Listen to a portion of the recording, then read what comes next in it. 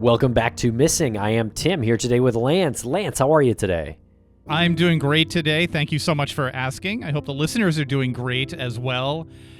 Got a really frustrating one coming up here. This is filled with a lot of mystery. It's also filled with, again, this frustration that I just mentioned, because when you have somebody who disappears so out of the blue, the way this individual disappeared, and then to have information coming at you from different angles and misinformation, not only is it frustrating to hear the story, but it's kind of heart-wrenching to see the family and hear it in their voices. But before we get to that, Tim, how are you? Doing all right over here. Thanks a lot for asking.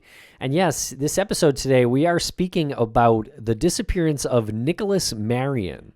And Nicholas was 38 years old when he went missing, 170 pounds, about 6 feet tall. And Nicholas has black hair, brown eyes, and a short black beard. Also has some distinguishing tattoos on his neck. And he went missing from a music festival in Youbou in the Cowichan Valley. And that's in Canada. And that kind of complicates the story a little bit, because in this conversation, we speak with Nicholas's sister, Cola, Nicholas's dad, Carl, and Cola's wife, Amanda. And they all joined us, and they're from America. And so that does make this more complicated in searching for their loved one. The RCMP has been handling this case, and if anyone has any information, please call them at 250-749-6668, and that's the Lake Cowichan RCMP, and that's file number 20241151.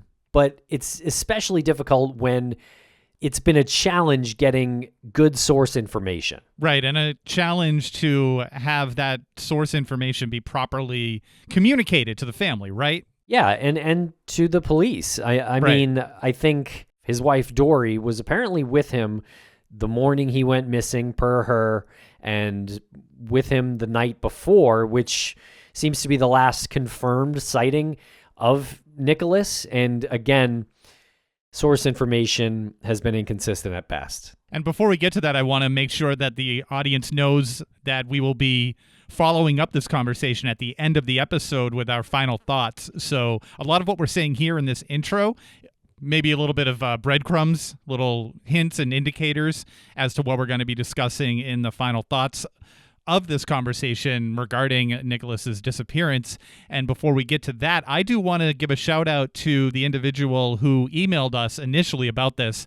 It's somebody who is a friend of the family, at least a friend of Cola. And this person reached out and introduced us to Nicholas's story. I'm not going to give the name of this person, obviously, but I want to say if anybody out there does have a story like this, feel free to email us, because we read all of the emails and we do our best to get back to everybody. And that's where this started. So it was a listener of the show who knew about Nicholas's disappearance, who happened to be, I don't want to say an advocate for the family, but somebody who is actively trying to help the family get the word out there about Nicholas. So shout out to that person. If you're listening, you know who you are. Thank you so much. And, shout out to the family, to Cola, to Carl, and to Amanda for taking part in this and really leading the charge to make sure that there's always a bright spotlight put on Nicholas's disappearance. And also, we will be having a virtual fundraiser for our nonprofit that Tim and I are on the board of, the nonprofit that was started by Bruce Maitland, who is the father of Brianna Maitland, who disappeared from Montgomery, Vermont in 2004. The private investigations for the missing fundraiser will be held on June 11th at 8 p.m. Eastern Standard Time on the Missing YouTube channel. The guest list is increasing daily, and we hope to see all of you over there. Again, that is June 11th, 8 p.m. Eastern Standard Time, the Missing Podcast YouTube channel. Okay, we're going to throw it to commercial real quick, and we'll be right back with Cola, Carl, and Amanda. Thanks a lot for listening.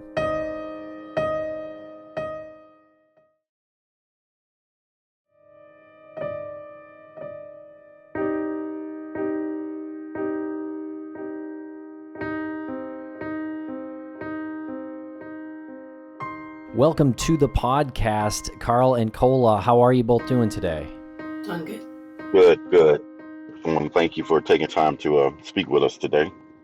Absolutely. We actually got an email a few weeks ago from one of your advocates who sent us a nice email, a couple paragraphs describing what's going on right now. And there was just something really genuine about it. We get several emails that come our way, and most of them, we get back to as best we can. This one just really stood out. And looking into Nicholas's disappearance, again, there was just something about it that just caused us to, immediately reach back out and say, how do we feature this? How do we shine a spotlight on it? But for anybody who is not aware, can both of you maybe introduce yourselves and a little bit about why you're on the show today? Okay, yes, my name is Carl Marion. I'm Nick's father, that he's gone missing. And there really hasn't been any clear explanation to if he just left or something more nefarious happened, or it's just a lot of questions from the family. A lot of what we were told just doesn't sit right with us. So again, I'm Carl Marion. I'm Nick's dad, and Nicole will speak next, my daughter. I'm Nicole Marion.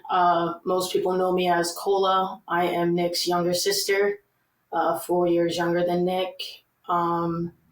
He and I were very close growing up. We do have a younger brother, but he's 10 years younger than me, 14 years younger than Nick. So me and Nick our lives were pretty enmeshed in our childhood.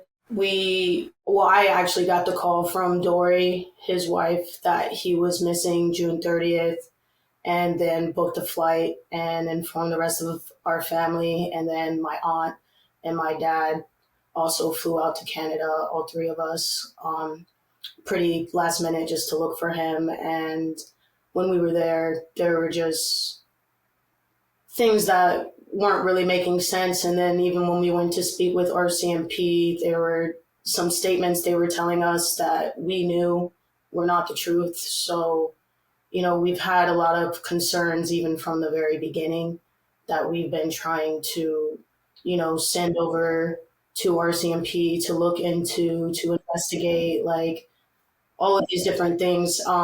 Nick and I had a friend who is a police officer here in Florida, and she reached out to speak with them. And, based off what she told me, and this is a police officer of the law here in the States, RCMP was still sharing information that we had already disproved to debunk. So because of that, we kind of decided, okay, we need to go to the public for help, because initially we had a lot of trust in RCMP because the embassy told us that they play things close to the chest and, to just keep reaching out and sending what we have.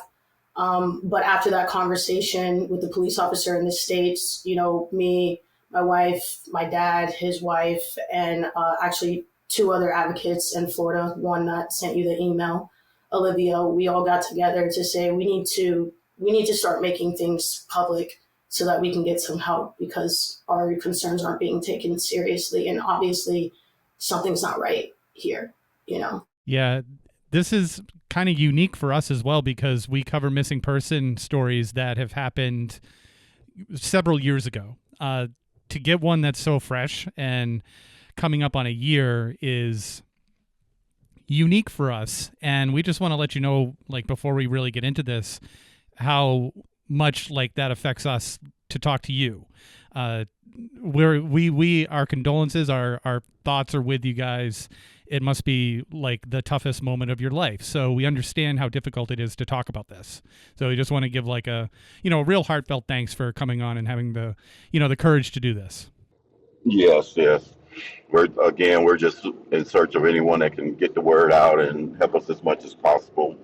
Being from the States is totally different over in Canada. So, we're just seem like we're coming up against a lot of dead ends and major challenges, that getting someone to really jump and address our concerns, which to this day with RCMP, we still feel that those initial concerns hadn't been addressed or at least shared back with us that they have addressed them. And can you tell us a bit about Nick? Very outgoing. He always had a joke to tell. Life of the party, definitely. I think I spoke on another podcast. He's definitely the type to like walk into a gas station and walk out having made a new friend. Just very personable. Well, especially once I was 18, we would go out and dance a lot. We liked to dance battle people. I don't know. That's what we did for fun. And like, you know, I'm talking like popping and locking, like 80s style kind of dance, right? Our dad actually, when he was younger, used to impersonate Michael Jackson. So we're all big fans of Michael Jackson. So he and I would be dancing to that mostly, like those kind of moves, right? Nick, later he got really into wanting to pursue real estate. He had a tiny home community that he wanted to start, along with getting into his spirituality, like collecting crystals. And he's always been into like Egyptian culture, like Ra, Thoth. And we used to live together in Texas, like in our adulthood a little bit later, near my dad. And he would show me a lot of videos of like spirit science stuff. And I was like, oh, you know, so he was just very open-minded about like metaphysical things, I would say. And super, super loving and caring. Like every year for my birthday, he'd send gifts. He sends gifts to my younger brother, even if he was financially struggling, like even if it's just a card, like to, you know, let people that he cares about know that he cares about them, you know. I was going through, because you kind of do that when someone you care about is missing, you go through old messages, right? See if you missed anything, if there's anything you can find and stuff. And I even saw he like sent me a video. It was like some heavy rock, happy birthday, Nicole! And it was like screaming in it. And so like his music too is a very vast taste. I've been working on a playlist for him because coming up on a year, we want to celebrate him because we haven't heard from him in what's going on a year. So, you know, obviously we still have hope that he's out there somewhere. We haven't given up hope. We have to be also realistic though with the amount of time that we haven't heard from him, you know? So our family wants to get together and celebrate him. So I'm working on this list for him of all the songs he listened to. And it's like System of a Down and Weezer and Kendrick Lamar and then like techno and EDM. And it's just so all over the place. He's just very well-rounded human being, kind and loving. I mean, just like Nick, essentially. You all are based in the United States. His disappearance happened in British Columbia, the west coast of Canada, and the town is Youbou. And that is, I was looking into that. This town is like an old mill town, I guess, and it's so tiny. What brought him to Youbou? Apparently there was some type of a music festival at Lake Cowichan in Youbou. I guess that's the same area. But one of his favorite artists, Busta Rhymes, happened to be performing. So he went, as the story goes, with Dory that had a vendor booth at the festival where she was painting kids' faces and stuff of that nature. But that's kind of what brought them from Victoria area where they live, which is about an hour and a half to 2 hour drive from the festival. And that, what we were told is they came there for that weekend to work at the festival and to enjoy the concerts. And what caused him to live in Victoria? And you've mentioned Dory a couple of times. Was she from Victoria? Yes, she was. She was from Canada. I'm not sure if it's Victoria, but Cola, I believe you know a little more about that. I'll let you handle that. I actually don't. I don't know where exactly she's from in Canada. I just know that she was Canadian. And so Nick moving to Canada, they got married in Washington and then he went to Canada. But he wasn't in Canada legally.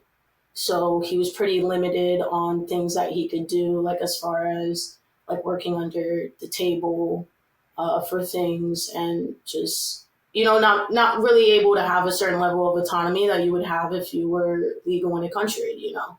And how long was he living in Canada, and how long has his relationship with Dory been going on?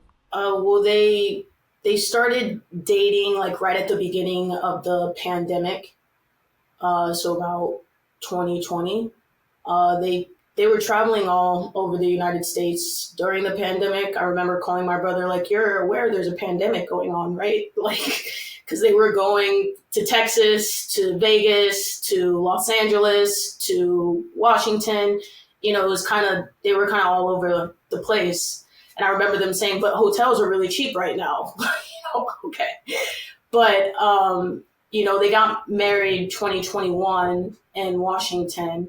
And then shortly after that went into Canada.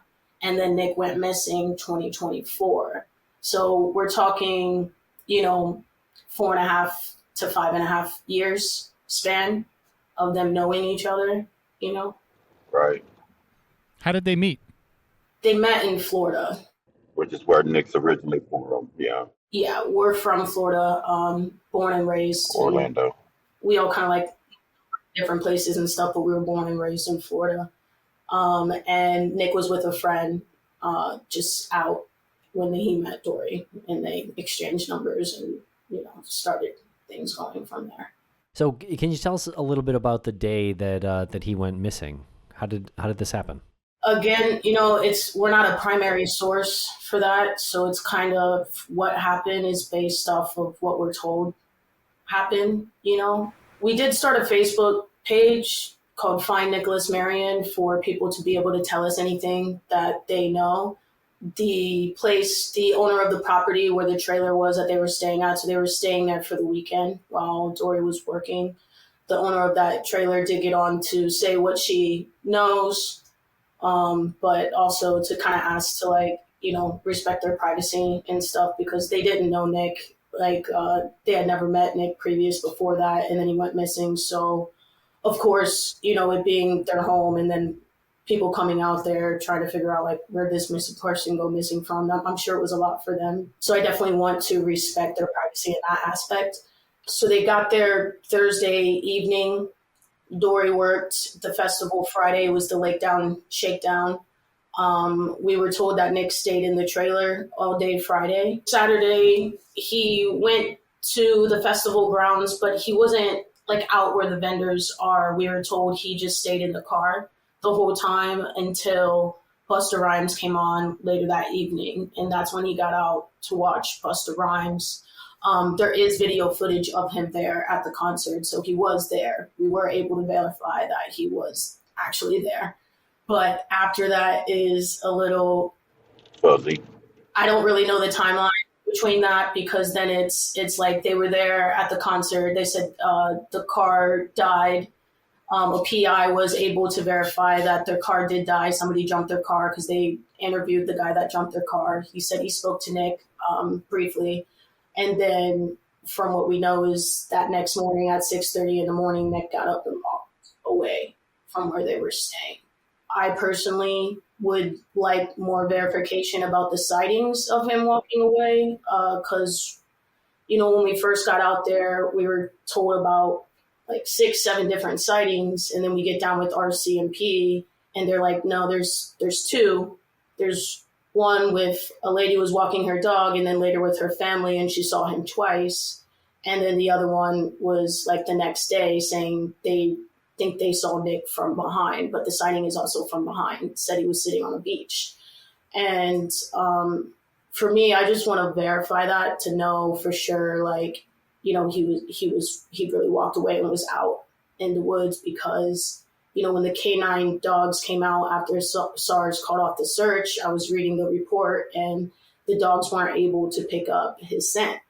And and this is me just going over the report and reading what it says here. And I'm like, that's kind of odd to me. It hasn't been that long to not be able to pick up a scent, and so I've reached out to the person who posted I had an acquaintance that saw your brother, but he said they didn't take the sighting, or SARS didn't document it, but they did. And that's actually the most valuable sighting that we have, the most verifiable sighting that we have. So for me personally, it's I really want to verify that, so that's kind of where we're at. Cause we're still, like you said, it is still, for us, a year is a really long time to not hear from Nick. The longest actually we hadn't heard from Nick was the month right before he went missing. because we were reaching out to him, but also, our mom passed away in March, so everybody was kind of going through a life-changing event at the time and processing a lot of really hard things, right? And we were reaching out to Nick, and he was communicating with us. He told me he was hitting the gym like twice a day. He was being really positive and uplifting towards me because I was very depressed. I was like caretaking for my mom for an entire year while she was sick. And, so he was really uplifting me. And then he kind of just went radio silent on everyone for an entire month. And then we get a call that he's missing. And, for us, that's the longest Nick, aside from him missing and going missing, that was the longest Nick had never communicated with any of us, So while a year may feel maybe like a short amount of time for someone to be missing, for us, it feels like eternity, right? And like every day is like, is there any new information? Is there something we can follow up on? Are there any new leads? You know what I'm saying? Like you get to a point where you're just like, anything would help, any and everything, even if it seems minor. Will you share it with us so we can get a closer view and insight into what is like really going on? Because there are things, like we said previously, that were not truthful. It's really unfortunate for us because the things that are said that are not truthful, we're tasked with having to go debunk and find proof for, right? But like the things that are being said that are not truthful, that's not happening. We're asking them, verify that, fact check that, please, because we know that's not true and it's not being done. And I think that's like the very frustrating part.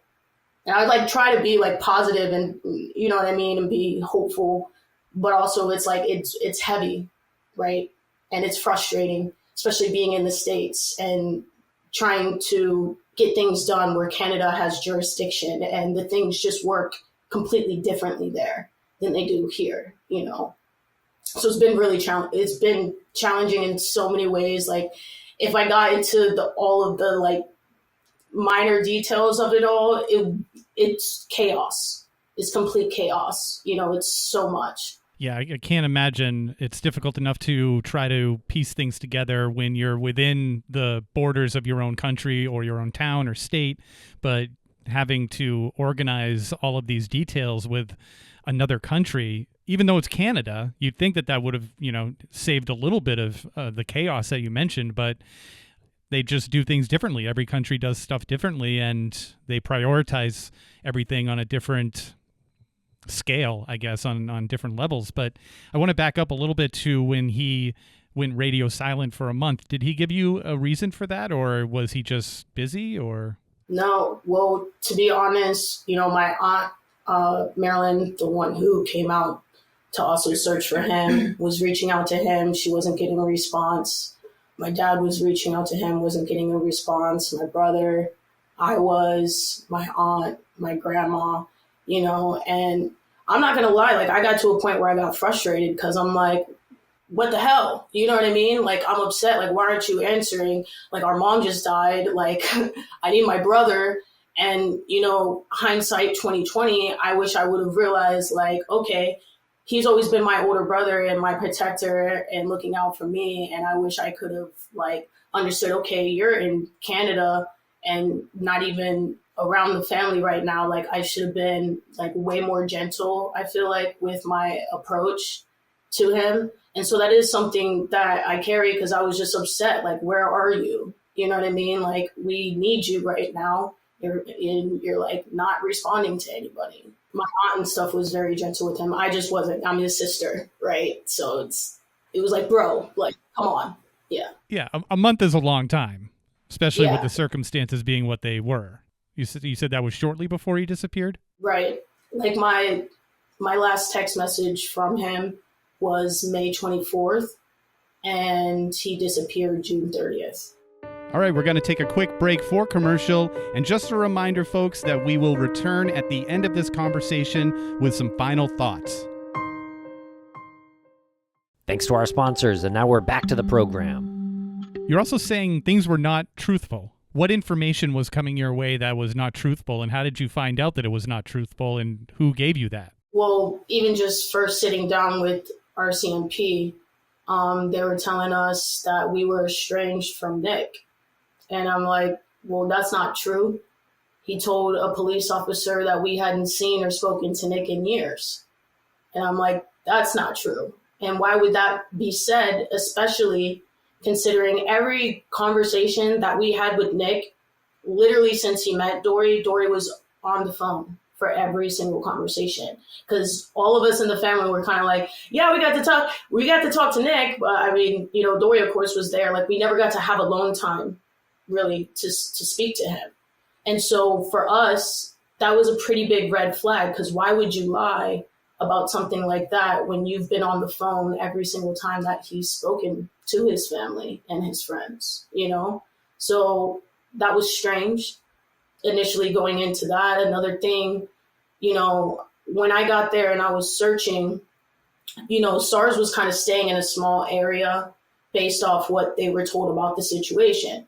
And I'm trying to tap into like sibling energy, like where would Nick go, right? And I'm like, maybe he wasn't maybe there was a fight, right? That's what I honestly was thinking at the time, because I was trying to think the most positive thing, like, okay, maybe they got into an argument, he got mad, and he stormed off.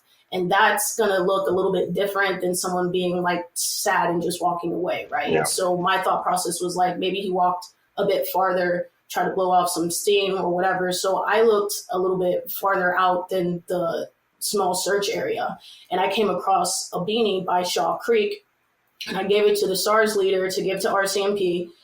And me and my dad were down at the station every single day with things, because like one of the things when his wife gave RCMP the phone, she was like, I don't have Nick's passcodes. He doesn't have social media. And we're like, he talks to us on social media all the time.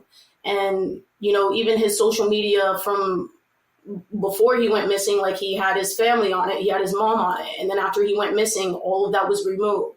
And then, Dory had even messaged us from Nick's phone before. And I've seen her get inside Nick's phone. So why are you telling police that you don't have their passcodes? So my dad and I were bringing all of this to RCMP's attention. Like, this is weird. These things are happening, right? But they're not addressing our concerns, because even, for instance, like the beanie, when I bring the beanie, he said to me, well, Nick didn't own a black beanie. I was like, yes, he did. My second most recent photo that I have from Nick, he's wearing a black beanie in it. And he's like, well, Dory said she didn't pack him a black beanie. And it's like, are we going to start looking into things and not just take someone's word, like actually look into it, And so I think that's really when a lot of the frustration started coming up, because it's like, why, like we're showing you these things. We're showing you that that's not true, and you're not looking into it, So it's progressed since then. Since we've made a public page to start, because, we were trying to keep things to ourselves because we didn't want to affect an investigation in any way. We really had faith, like they were going to be looking into these things and addressing our concerns. When we saw that wasn't happening, we're like, we need to go public with this, because this is not right. Right. And, since then, like we've gotten messages from other people, just about even more strange, odd behavior. And of course, these are all circumstantial things. And, we're thankful that a new investigator, because we went public, was like, okay, I'm taking over the case now. Because we had been asking, like, is somebody else going to get on this? So they have reached out to us since we started that page and put somebody new on it. And since then, we've just been sending emails. And actually my wife here has been doing a lot of it, because it's all of it is a lot, right? You need help with stuff like this. And so she's even been like just organizing all of the folders with like, here's information about this, here's information about that, and to send it in a digestible way, even because this is somebody new coming into the case. They probably have a large caseload already and a lot of things going on. And it's like, how are we going to explain what's been going on for an entire year in a digestible way, right? So that's what we've been working on as of late, like up to this day right now. Sure. And I imagine that must be frustrating. So what you're saying is Dory has made some statements, and you've found some inconsistencies since those statements have been made. Correct. So that must really throw everything into a very confusing state, because she was with him the morning he went missing, and she was the only one who reported that he said it's all my fault and then walked off. So at this point, you're not sure if that's true or not. Right. And I'm not accusing anyone. I want the truth, and somebody even said, like, you painted somebody in a negative light. And I'm like, you can't do that. If you're speaking the truth, the light is just going to reveal your character. It's not painting anybody in any kind of way. Like, we're asking questions based off the truth, based off what we've experienced, based off what we know. We're not trying to accuse anybody or say, like, you did this to my brother. Like, we're not doing that at all. What we've asked is, like, can you please go speak to RCMP and can you tell them the truth? Whatever happened, even if you don't want to tell us, can you go down to the station and speak with him and give a record testimony of what happened? Because what she said in the beginning, there were things in it not true. And we know that. So you need to go down there and you need to speak truthfully. That's how I see it. We're talking about my brother missing. This is not like I'm lying to keep up appearances. We're talking about a human being that is loved, missed, and cared for. This is not the time to have little lies or this thing. Just go tell the truth. You know what I mean? And they have put in a request for her to go give an in-depth interview, and she's avoiding it. All we're saying is we're asking her, can you just go speak to them then? So that, address some of our concerns. If you love Nick as much as you say you do and you miss him so much, and then why wouldn't you go to police and tell them every single thing that you know, so that his family could also have answers? Why are you online selling some of his belongings like only a couple months after he's missing? And you don't even offer any of it to his family, not even to his son. Like, that's weird. That's weird. And there's more. I don't want to get into it all, really, because it's not about that, right? It's not about Dory or the things that her son said to my dad that was horrific. It's not about them at all. It's about finding Nick and finding out what happened to him, like the truth.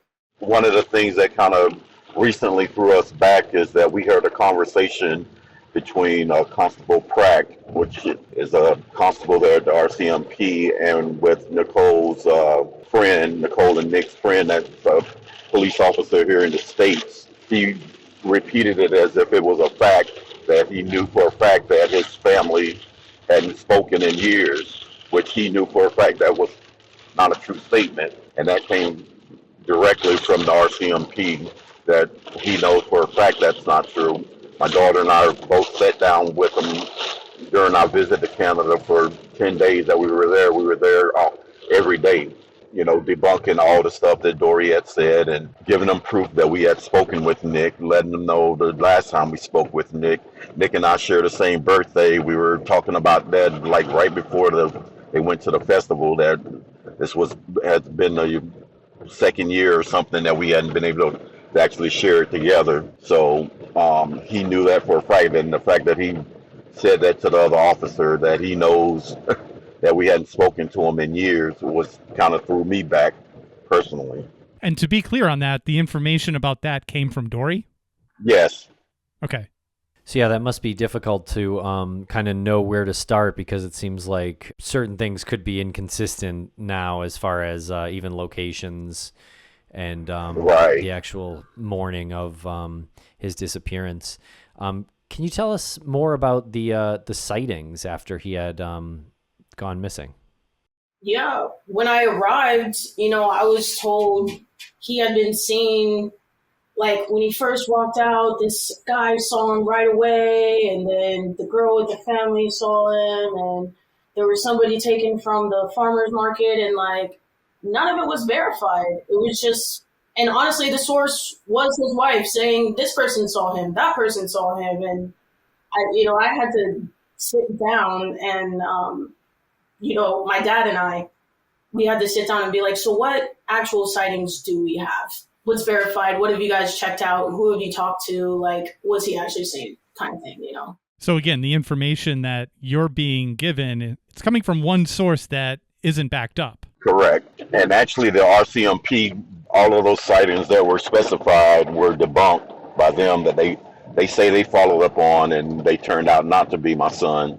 Basically, once the constable told us that, we noticed that Dory was still, posting about his last sightings, and I asked her, very kindly, please do not put out that information, because the RCMP already said that they've checked and it's been debunked. Neither of those people were Nick, so no one has actually seen him. So don't keep giving people hope that he was seen here and there when the RCMP is telling us that those sightings were debunked. That it was not Nick, and that was the last time she ever spoke to me, and that was in July of last year. Wow, interesting. So then you'd have to go back to the night before for the last confirmed sighting, right? So that was during the concert. Correct. And he was on video. Right, and honestly, that's our last known true fact, is that he was seen at the because they had car trouble after the festival that night. They got a jump from one of the other vendors, which was verified by the PI that we hired. And after that, nothing else has been verified. I mean, it's all Dory's narrative that they went back to the trailer. Nick got up for a walk, and at 6:30 in the morning, and that was it. So there was not an issue, but you want to address the part about her setting up early Sunday morning, Nicole? We just don't know the timeline for that. The vendors that was working next to her, and my wife has spoken to them since. They said like each day she would set up like a little bit later, but on Sunday morning she was set up earlier than usual. When asked, when she set up, she said that her Nick set it up. So I think there's just something there that's not true, because if you walked out at 6:30 a.m., like, when did you guys set up the table? So we've been kind of like not really sure what that means as far as timeline, but it's just information there that we're still kind of like sad about, when I was coming into Canada, there was a guy posting on Facebook saying that he thought he had given my brother a ride to Lillooet, and he was describing kind of like erratic behavior and stuff. And, I got excited thinking it was him, but RCMP said that they verified it wasn't him. Again, I still have hope. I know CTV footage hasn't seen my brother, but again, we aren't just running with somebody did something nefarious to Nick. I don't know why there are lies being told, to be honest, because it's really confusing to try to figure out like what really happened here.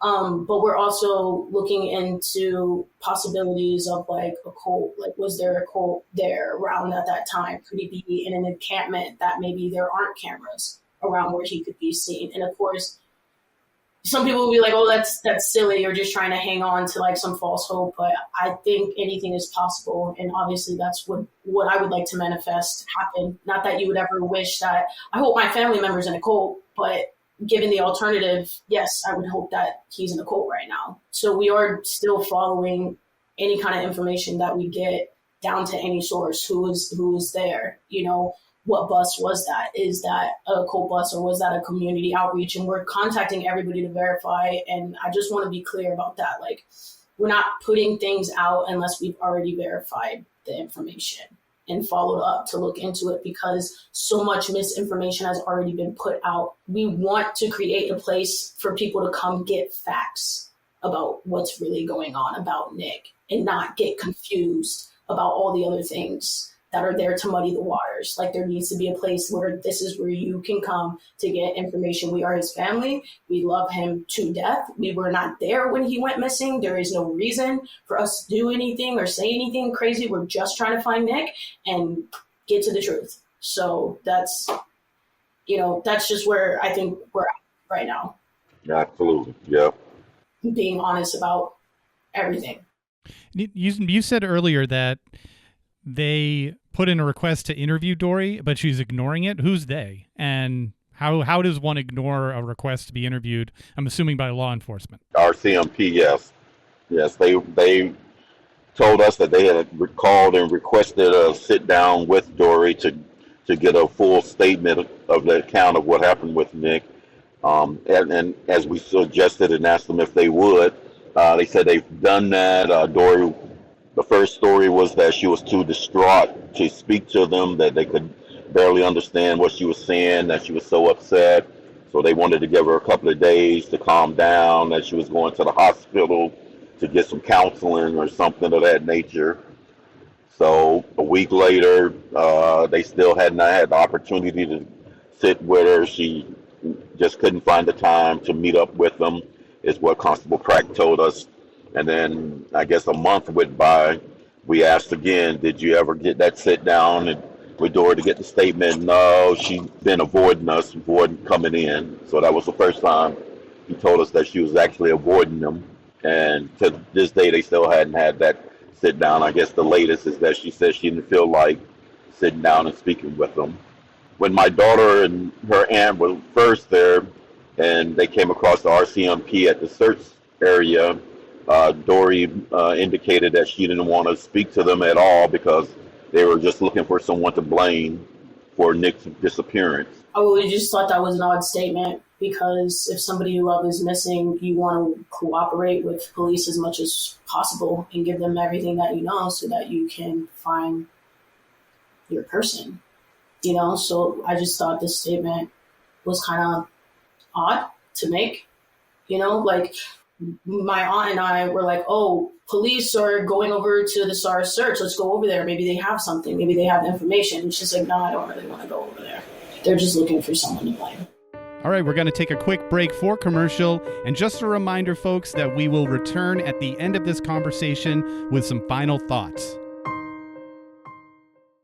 Thanks to our sponsors, and now we're back to the program. Hi, I'm Amanda. I'm Cole's wife. The privacy laws in Canada, I've learned, are very different. Just because somebody goes missing doesn't mean they're going to come into your house and look for anything or search your car or anything like that.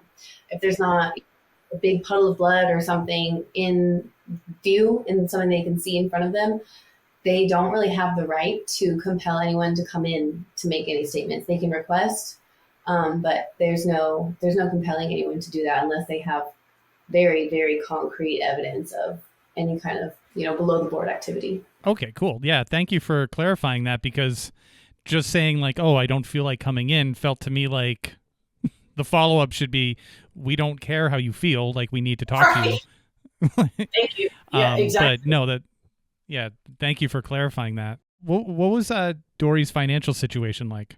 She was struggling financially. She mentioned that to me one of the previous times I spoke to her. She was selling a lot of stuff on Facebook before he disappeared. I only found that out, the week after that. But I did remember making a note of it. I texted that to Cola, so they were probably having some issues. But apparently he might not have been working too much either, just because he was, really sad about their mom. Was that a point of contention between the two of them, in your opinion? Between Nick and Dory? Yeah. I think she expressed frustration, just, with him not being able to help her out at that time. Yeah. It wasn't like my brother was rich though. So, some people would suggest, well, is there like a life insurance policy or something? I'm like, to my knowledge, my brother was not rich at all. So I don't know I don't really know how that works or what that would be. That's not something we considered really or looked into as far as that. I think it was just more, those are stressors in a marriage, right? Financial things. They can contribute to some arguments and disagreements. And, I went to stay with them in Canada for a month. Like, I do know that they do have disagreements and argue just like every couple does. which is why too, I was just kind of like, I mean, the story itself was just weird. And I kept asking, I was like, did you guys like get into an argument, and trying to say like, it's not a big deal. People argue all the time. Like, what happened though, and just, no, everything was fine. He just walked away. And I'm like, people don't usually just walk away and vanish into thin air and there's no body or trace of them and just never come back. Like, that's odd. With all these like things, with the her saying things that Cola and her family who were up there, knew were incorrect. It's kind of like, well, what did we really know? Because we weren't there, and he could never speak freely without her around. So it's just very puzzling. It makes it even more confusing. Did he have his ID with him when he went missing? And no, he didn't. Do you know if he had his like bank card or anything like that? No. Okay, so he couldn't have gotten too far with normal avenues anyway. I think that's kind of why we were also really looking into the cult thing, because we had heard they'll actually, take people that are vulnerable or that may be illegal, not have ID or identification and stuff. So, we're definitely heavily exploring that avenue as well. And it's been publicly stated that he left his cell phone and his wallet and his jacket behind. Was there anything else that he left behind that you're looking at and you say, that's odd? No, phone, ID, money, I don't leave the house without those things. What was the area like when you all visited? I'm just curious. A bunch of woods. The first thing Cole and I both said is there's no way Nick was walking off in these woods. They're pretty intense. We've never been camping or anything as a family. So I can't see him just taking off in these woods in an unknown area just to get some air myself. And as we walked, they're, like I said, pretty intense, and with elks and talks of bobcats and everything else in the woods. It was kind of, every little thing we heard, we were shaking out. So, the people were super friendly that we did have an opportunity to speak to. No one that we came across has ever seen Nick or in that direct area, because Nicole and I, we did some of our own investigating, that we actually went up to people's homes and, try to speak to see if they had any cameras or anything that would show that Nick was actually walking in the area, and we came across nothing. So, and it's also like very dense and thick. So if you didn't have my dad, we went to the camping store before we went out deep into the woods. Well, I had already been out for a few days when my dad came, but when my dad came, we went to the store to be able to hike some of those more treacherous areas. And he had to get like a little machete thing just to like chop down areas. Like, it's thick, right? So most people, I would imagine, would be on some sort of trail where there's like an actual walkway, because otherwise you're having to you couldn't just walk through these. You would need something to cut a path, or you wouldn't get very far very quickly. And in that case, it's I feel like somebody would have seen him moving very slowly through areas like that. It is vast though. There's a lot of forestry around. And was Nick the type of person, in your experience, who would go for a walk if he was upset to cool off? Yeah, go for a walk, go to the gym, go for a drive. Yeah. That's why I kind of thought maybe he walked out farther. I was trying to put myself in his shoes. If I was upset right now, where would I go? So I even found areas that kind of resembled, and that's how I kind of ended up by Shaw Creek. I was like, this creek kind of looks similar to a creek we grew up by. And I'm like, maybe he would go somewhere that felt familiar to him. And that's where I found the beanie. So to me, it was important, test this. And to my knowledge, even to this day, the beanie still has not been tested for his DNA. And, my dad and I were sitting there asking, do you need our DNA to compare it with Nick's if you find him and stuff? And we were told, no, they didn't need it. And Dory's son provided Nick's DNA from a toothbrush, but I always was I don't understand why you wouldn't take my dad's DNA while he's sitting right here in your presence to compare it to his son, rather than relying on DNA that was given by Rush. I actually read it was called the Provincial Policing Protocols for the RCMP as it pertains to missing persons cases. And I mean, I just read this and we're almost a year, and I wish I had read it when they were there, but it said if it's considered a high risk case, which his was assessed as that, you're supposed to take familial DNA within 7 days. And if it's not resolved within 30 days, you're supposed to take familial DNA. And they knew, that Cole and her dad had flown in from out of the country. It's not like they could just go there and get it, give it to them. And I just, this is their protocol. This is their book. I read it out of, not anything else. Like, they should have taken it. Yeah. We asked specifically when we were there too.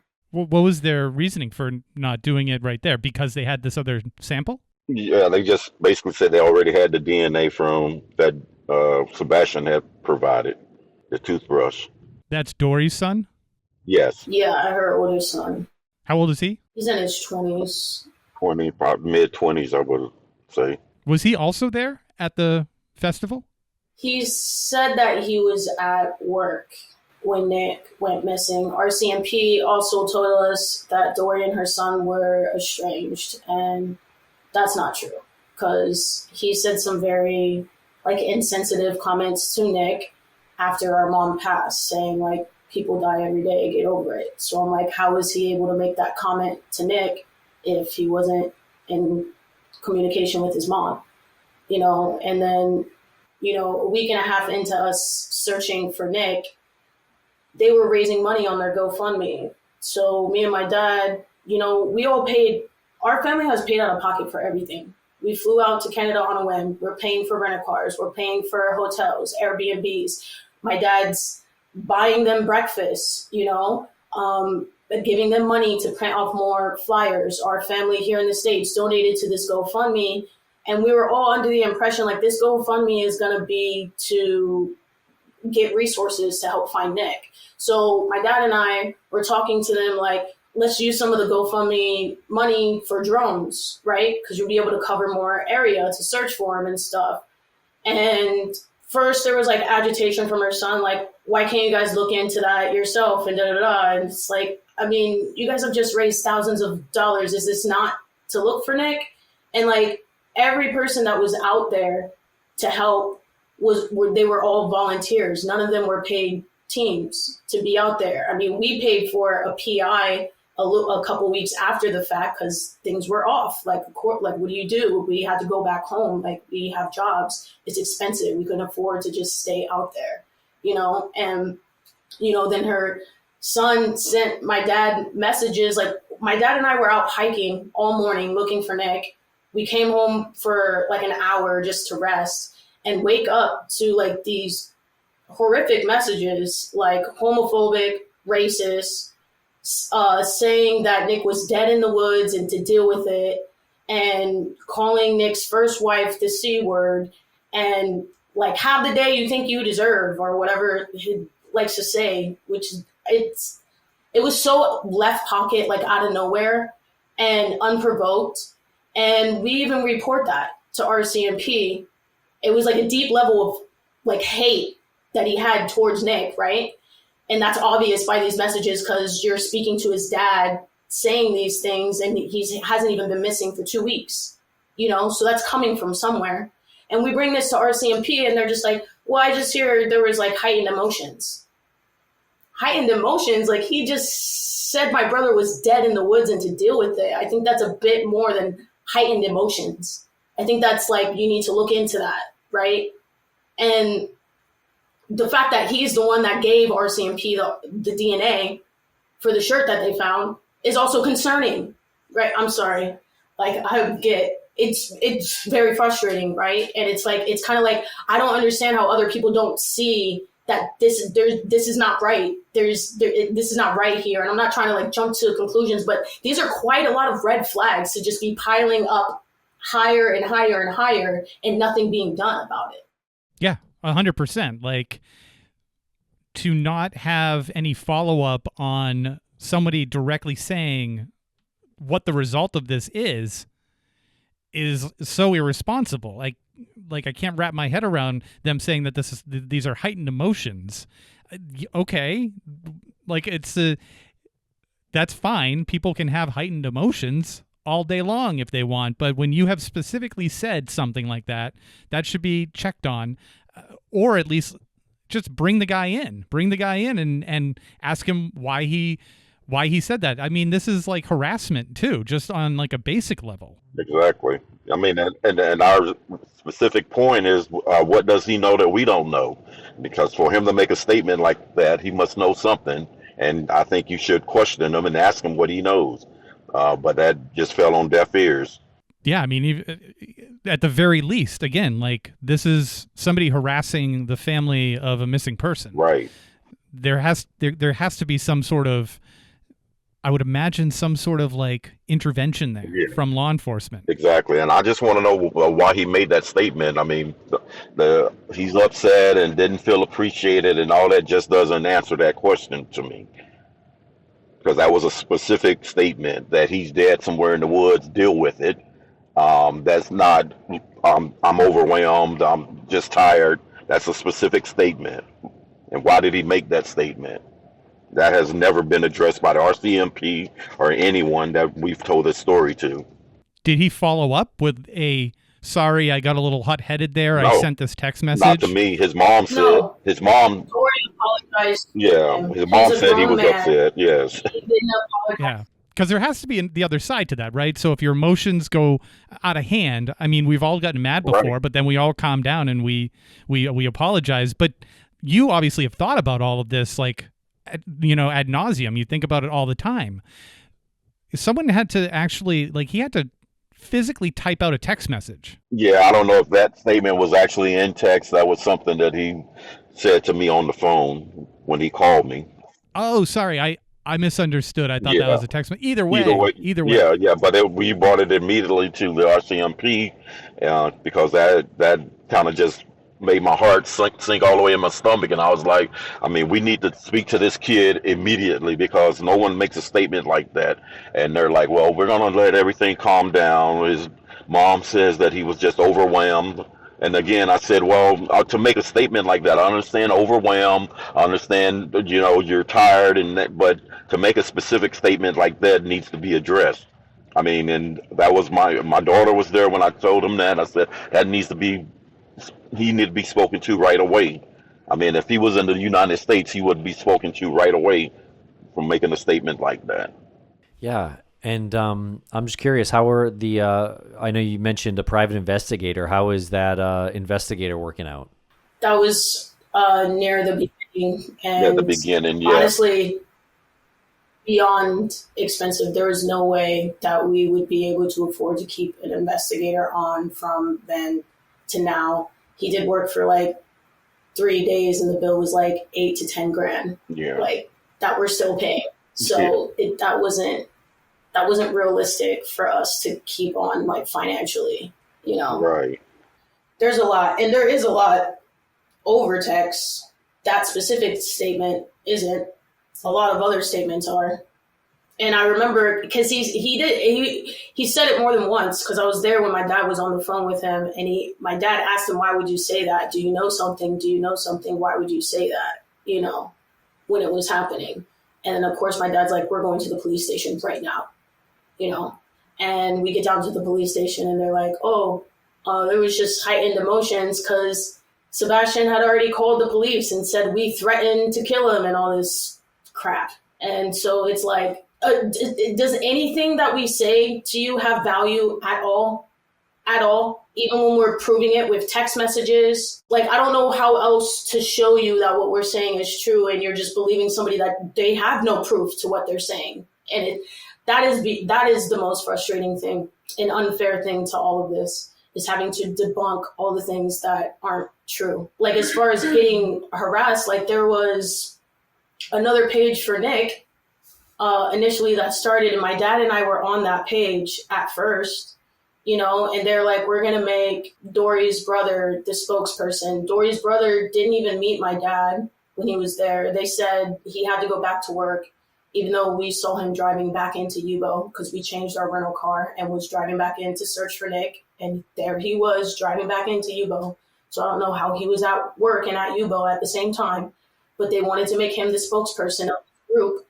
And me and my dad said, look, if Dory can't be the spokesperson, we would either like myself or my dad, like somebody who is related to Nick, a blood relative. And they're like, no, well, he has connections with SARS and RCMP, so that's going to be that. And, you know, I'm thinking, like, what connections are these that they're talking about? So I ended up leaving the group. The group went silent for months. After that conversation with RCMP and the police officer from Florida, like I said, we went public, started the group up again, and now they're active again. And the person running it has no relation to it whatsoever. And, you know, as far as I know, Dori and her older brother have taken a step back and they don't want to be involved with it, but they're continuing, and they're like still continuing to make false claims along with the initial narrative that we've already been having to debunk from the beginning. So I'm like, who is this person, right? And I'm like Googling this person's name, R.L. Dakin, don't know who it is. Other people are like, they help with missing persons. I'm like, okay. I pull up a whole Reddit and there's a ton of information about this person, like weird stuff. I don't know who this person is. I don't know why they have a page for my brother. I don't know why they're going around trying to muddy waters and create drama. And it's the oddest thing ever. Like when I say there is so much chaos surrounding Nick's disappearance and case and odd things, I am overwhelmed like on a daily basis of the things that happen, right? And all I'm trying to do is find out what happened to Nick. Where is he? You know, and I'm constantly having to combat all of us are, all of these obstacles from weirdos online with weird vendettas and like fighting to try to get police to look into real things they should have looked into a long time ago, you know, to like now we're like, we need to get a lawyer, obviously. And it's like, how are we supposed to do that? Because we can't even get a pro bono lawyer because we're not Canadian, and Canadian has jurisdiction. Like we could get a lawyer here pro bono in the States because we're American, but we can't get one in Canada. So then that's even thousands of more dollars out of pockets. It's like one thing after another, after another, after another, just trying to get justice for Nick and figure out what happened and get to the truth. It's extremely challenging, but we're not stopping. You know what I mean? Like we're not going to stop. It's all of this is not okay, right? You don't just like let it go. Like, okay, I guess I'll just leave all of that weirdness there. No, not till you get to the bottom of what really happened, you know? Yeah. And what are police up there doing now? Apparently in Canada, you work 4 days and then you're off 4 days and then you have vacation time. And so many times we call to speak with somebody and they're like, they're not on right now. Yeah. Call back a few hours later. They're not on right now. Try back tomorrow. Okay, try tomorrow. They're not on right now. Cool. It is challenging. This is why we had to reach out to, like, my dad had a retired sergeant that worked on cold cases for the NYPD reach out to try to get a response from them. We've had a police officer here in the States reach out, try to get a response to them on our behalf. It's just hard to get a hold of them, really. And it takes a while for them to get back to you. Like, Amanda's sent, I think, 4 emails and has gotten 1 back so far. Yeah, I got 1 email. Can't get them on the phone pretty much at all. But we're still sending stuff, you know, it's all there. So, because all we can do is cover what we can cover. We've been sending this, we've been documenting this since literally the first week. When we had the PI, we sent RCMP documentation. We have text messages. We have call logs of how many times we've called them, tried to get in touch with them. Like, we have what we emailed them, what we have sent to them, and down to even the new emails that we're still sending to this day. You know, not all of it is necessarily the fault of RCMP. Some of the stuff, you know, they dropped the ball on for sure, but a lot of it also is, you know, how difficult it is for you to get a warrant in. It's not like in America, that kind of stuff is prosecuted by like the Crown. I'm not even sure exactly what the crown is, but it's so different. The requirements that you have to meet to be able to get a warrant, and the requirements that you have to meet for them to even be willing to take it to trial are so much more strict than what we're used to here. And do you know where Nick's possessions are, like the cell phone and the wallet and the jacket? With his wife, I presume, if she hasn't sold it. So we lost Carl for a period of time near the end of this conversation. I think there was some bad weather, but there was a black shirt that was found, and apparently the DNA from the shirt matched the toothbrush that was given to the RCMP by Nicholas's wife's son.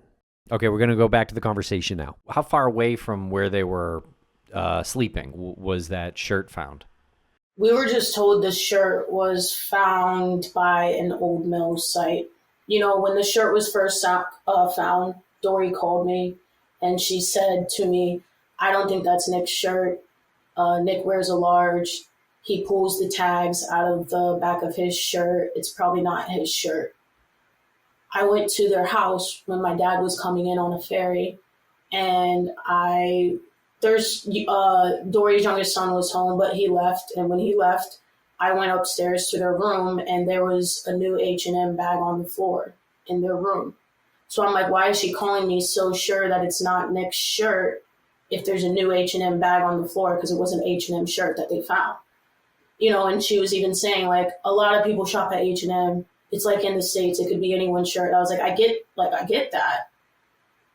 But there's a new H&M bag sitting on the floor in your room. And I didn't tell her that I knew that. I took a picture of it to give it to the police because I wasn't trusting anything that she was saying at that point because she was already lying. So I took a picture and I gave it to police. And I'm like, you guys found an H&M shirt that matches DNA that was given to you by Dory's oldest son, and there was a new H&M bag on the floor, and she was saying it probably wasn't Nick. So they either recently shopped at H&M, or that was because it wasn't like they found that shirt the first day he was missing. It happened days later. So, I mean, what are we supposed to think here? You know, it's not like I'm not trying to accuse anybody, but that looks fishy. Yeah, this is just the matter of wanting to get answers. And when you're not getting the correct information and you're not just getting like a sensible response, it's not even a matter of getting correct information, just a response that is leaning more towards empathetic as opposed to like it feels like hostile right away or just defensive right away. Where do you typically tell people to go if they have anything in regards to Nick's disappearance? If they want to submit a tip or anything? On Facebook, we have Find Nicholas Marion, and it's the Facebook page for him. There's also the email, nickmarioninfo@gmail.com. We definitely want people to send their tips into RCMP. But again, with how long it takes to get a response, we kind of want people to do both. Like, we want them to submit it to us through the email and also submit it with RCMP, just so we can still keep information together that, you know, we need, that we think is relevant or related to where Nick is. And if they do submit it to RCMP, the case number to reference would be 2024-1151. Is there anything else you'd like to say here in this conversation? I would just say information that we've gotten from people we haven't put out publicly, especially if they ask us to keep their privacy private. So I want people to feel safe to share information. If they ask us not to share it, we won't. We just want to find Nick. So if they have any valuable information at all whatsoever, like, please just share it with us so we can look into it. And even that, if you think it's inconsequential or doesn't really matter, just send it anyway, because people have said that to us, and, you know, whatever they said that they thought was just a throwaway was so helpful. Just to cross it off the list as something that's not a possibility is helpful.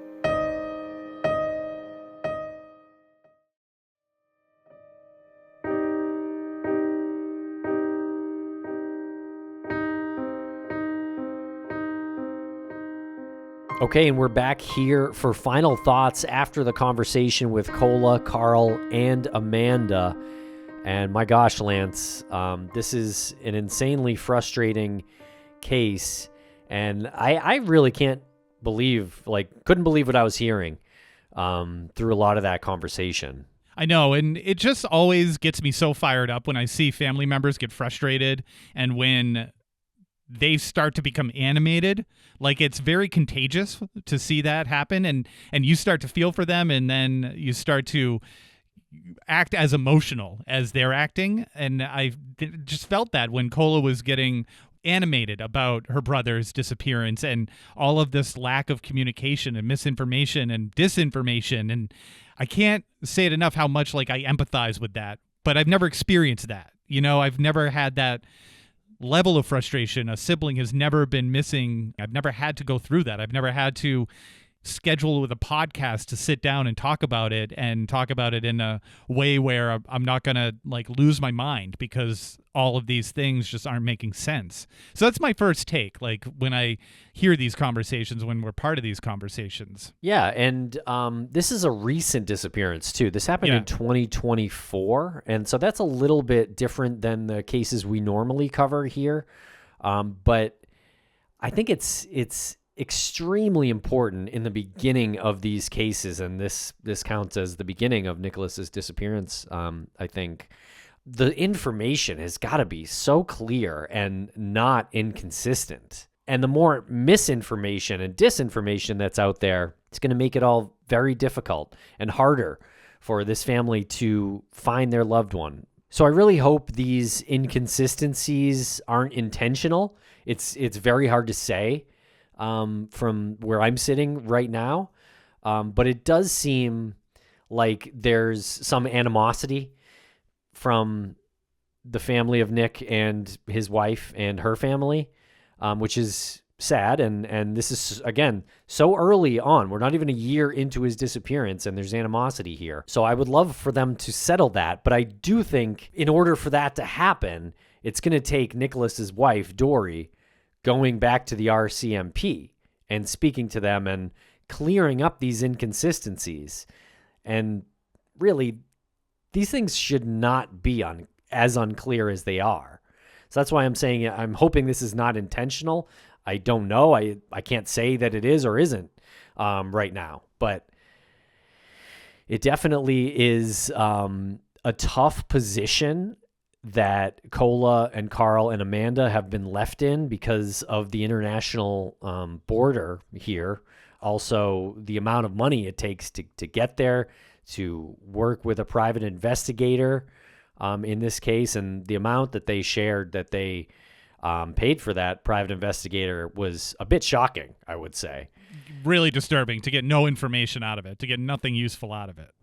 Yeah, I think other than confirming that their car needed to be jumped at one point. I think that was the one thing I heard that the private investigator was able to confirm. Maybe there's other things, but I don't think we got into them. And I always try to keep in mind, even though I do get kind of worked up when I see family members become this frustrated, is that we are getting one side of the story, and there is the other side of the story, which is Dory's side of the story, because she was the last person to be with him the night that he disappeared, according to her. She claimed she was with him that morning, and he had a comment like, it's all my fault or something like that, and he left the tent or the cabin, and that was the last time she had seen him. So she said he walked off on his own. But I think for the purposes of speaking with Nick's family and really doing what we do on this show, I don't think we can count that right now. I think we have to back it up to the night before. Yeah, I think so too. And there were these articles that were written that we had looked at, and before we had this interview, and what she's saying in the articles isn't quite exactly what we heard during the interview. Which is, again, were the articles not interpreting what she was saying correctly, or was she wording it in a way that was left open for interpretation? I don't know, but that's where the frustrating part comes from. Another, which you wouldn't think would be a frustrating part, or as frustrating as it is the family having to deal with the time zone difference. that the family is in Florida and we're talking the west coast of Canada, so that's a 3-hour time zone difference.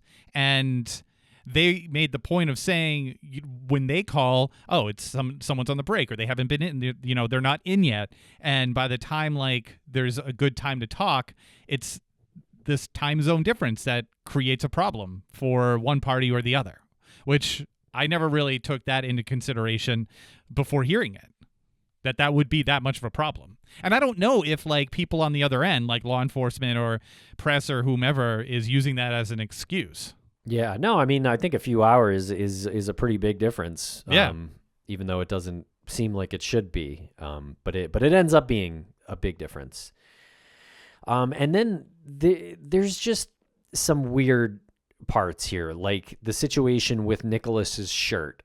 And we did lose some of what Carl said about it, but his shirt was found, and it was connected through the DNA that Dory, Nicholas's wife's son, Sebastian, gave to the RCMP. So the DNA that the RCMP have been working with that is supposed to be Nicholas's is his toothbrush, right? So that was kind of a part in this where they didn't take familial DNA from Carl or Cola. They took it from the toothbrush that they were given by Sebastian, Dory's son. So the shirt that was found matches the DNA from that toothbrush. And I'm specifically not saying Nicholas's because I don't know. I know it matched the toothbrush.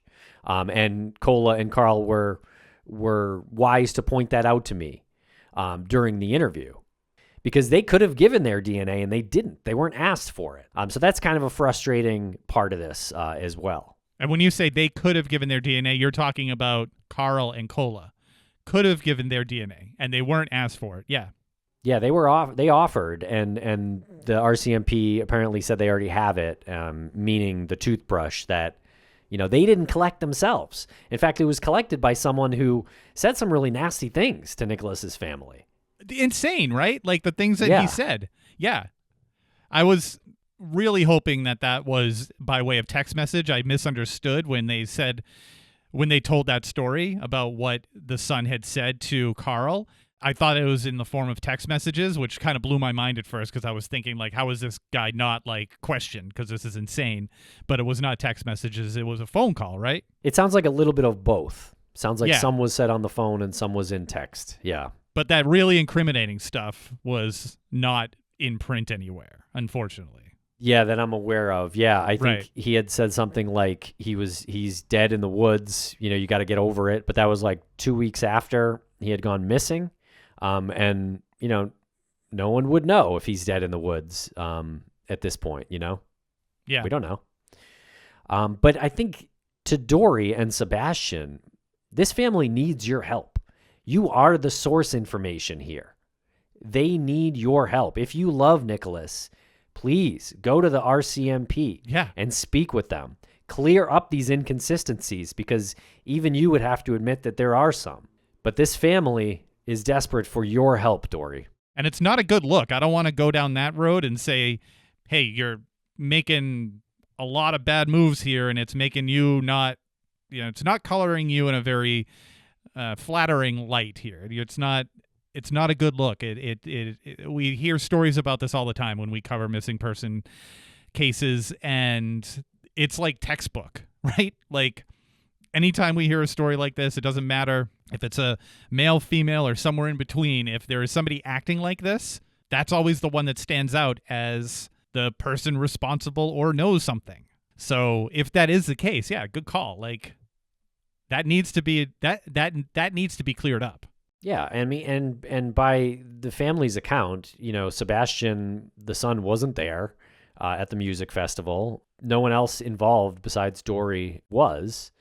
So we're not pointing at Sebastian and saying he did something. We're just saying that was surprisingly mean what he said to Nicholas's family. And if he knows something, he's got to say something. He's got to talk.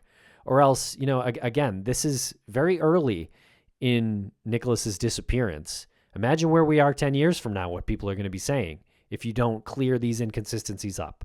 Yeah, and you know what? Don't take into consideration the idea that the more that the time goes by, the less people are going to care about this, and it'll just disappear. Opposite. Our show started, it was called Missing Maura Murray, and we did hundreds of episodes, and it hasn't gone away. And we've made that show into this show, which we cover a bunch of other missing individuals. We have a nonprofit that looks into missing people. We talk about the same missing people as much as we possibly can. And that's been going on for over a decade. So when you said, like, imagine where it'll be in 10 years, like, some parties will look at that and be like, in 10 years, no one's going to remember this at all. That's not the case at all. I could rattle off, I could go on for an hour about missing people that this community still talks about. And Cola's family is just hell-bent on getting the name out there, getting this story out there, getting Nicholas's story out there. They've been on numerous podcasts. They came on ours. They're more than welcome to come back, and we will refer them to other podcasts as well. Yeah. And when there are no answers and when time goes by, that's when people come up with theories. That's when conspiracies start going. That's when people start pointing fingers. So if everyone wants to prevent that, which I would suggest everyone does if you love Nick, clear up these inconsistencies as soon as you possibly can. Couldn't have said it better. I mean, seriously. This has to be the next logical step. And law enforcement, work a little better. I know it's a border issue, but you can still have, like, better communication. Yeah. Also, if you're law enforcement and you're hearing two different sides, you're hearing that Nick was estranged with his family, and then you're hearing from his family and being shown proof that he wasn't estranged from them in the form of text messages and voicemails. Yes, maybe they weren't living together, but that's because Nicholas was married. A lot of people are married. They move away. It's okay. That's normal. Doesn't mean you're estranged with your family. Nope. No. So, but if you're the police, yeah, and you're hearing one thing from one ear and another thing from in your other ear, like, it's up to you to figure out which one is true, which one is inconsistent versus not. So yes, to your point, do better, RCMP. So definitely want to invite everyone to check out the Find Nicholas Marion Facebook group. That is a place where you can get accurate information from Nicholas's family in this case. And I do think there are some other groups or Reddit threads out there. We spoke a little bit about that, and the family of Nicholas was a little, I guess, concerned with sort of the angles that some other groups and web pages are taking, wondering if there was some misinformation put out there, either intentionally or unintentionally. But again, the question is why, and let's try to nail down the actual sources here. Okay, so if you have any information in the disappearance of Nicholas Marion, please contact the Lake Cowichan RCMP. The number is 250-749-6668. And this is file number 20241151. You can also visit the Facebook group, which is Find Nicholas Marion. So that's the Facebook group. It's the one that is not private. So there are two, as far as we know, that are out there. This one is Find Nicholas Marion on Facebook. It has just under 3,000 members. It is not a private one. If you do come to the private Facebook group for Nicholas, that is the one that's not run by the family. All right, well, follow us on social media at Missing CSM. Thanks a lot for listening to this. Definitely all fired up about this one. Just want to see some answers. Want to see Nicholas return home.